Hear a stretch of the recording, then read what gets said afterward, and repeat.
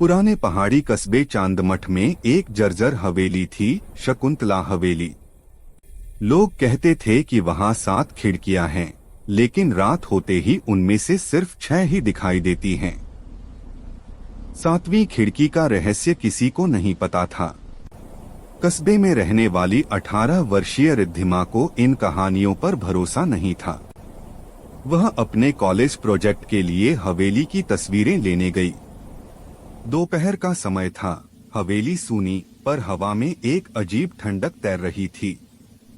हवेली की दीवारों पर पुरानी पेंटिंग्स थीं, जिन्हें देखकर लगता था जैसे किसी ने बरसों पहले रोते हुए उन्हें बनाया है। रिद्धिमा कैमरा लेकर भीतर चली गई। उसके कदमों की आवाज पूरे गलियारे में गूंज रही थी। वह पहली खिड़की पर रुकी, धूल जमी थी।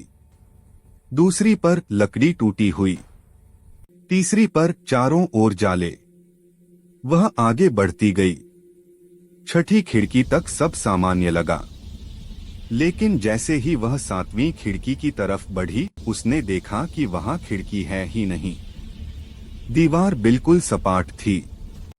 ये कैसी कहानियां बनाते हैं लोग, वह हंसते हुए मुड़ी। तभी उसके कैमरे की फ्लैश बिना दबाए ही चमक उठी।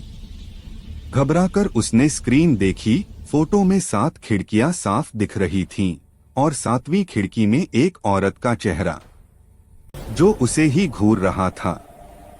रिद्धिमा का दिल जोर से धड़का। उसने तुरंत पीछे मुड़कर देखा। दीवार वहीं थी, सपाट, शांत। लेकिन हवा अचानक भारी हो गई। हवेली के दरवाजे खुद ब खुद पीर पीर की आवाज करते बंद होने लगे। रिद्धिमा दौड़कर बाहर जाना चाहती थी, लेकिन गलियारा जैसे लंबा होता जा रहा था, मानो बाहर की दूरी बढ़ रही हो। उसने पीछे से किसी के धीरे धीरे कदमों की आवाज सुनी। टक टक टक। रिद्धिमा की सांसें तेज हो गईं। वह मुड़ी नहीं, बस दौड़ती रही। अचानक उसे एक फुसफुसाहट सुनाई दी। 7वीं खिड़की से कोई लौटकर नहीं जाता। आवाज ठंडी थी, लेकिन इतनी करीब कि लग रहा था कोई उसके कान को छू रहा हो। रिद्धिमा ने साहस किया और पीछे देखा। गलियारे के अंत में एक काली आकृति खड़ी थी। उसका चेहरा धुंध की तरह था, लेकिन आंखें लाल जैसे अंगारे। वह धीरे धीरे आगे बढ़ रही थी। रिद्धिमा एक कमरे में घुस गई और दरवाजा बंद कर लिया।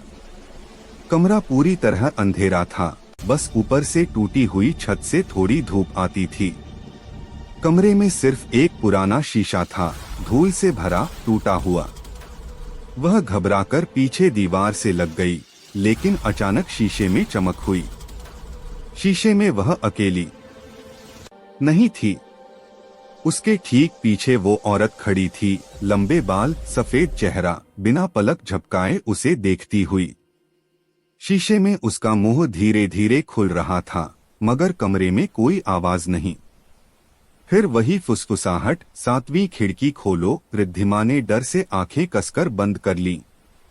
जब उसने दोबारा आंखें खोलीं, कमरा खाली था, पर दरवाजा खुला था। वह बाहर भागी और किसी तरह हवेली से निकल गई। उसने पीछे मुड़कर देखा। आज हवेली की 7 खिड़कियां साफ दिखाई दे रही थीं, और 7वीं खिड़की की परछाई अभी भी उसे ही देख रही थी।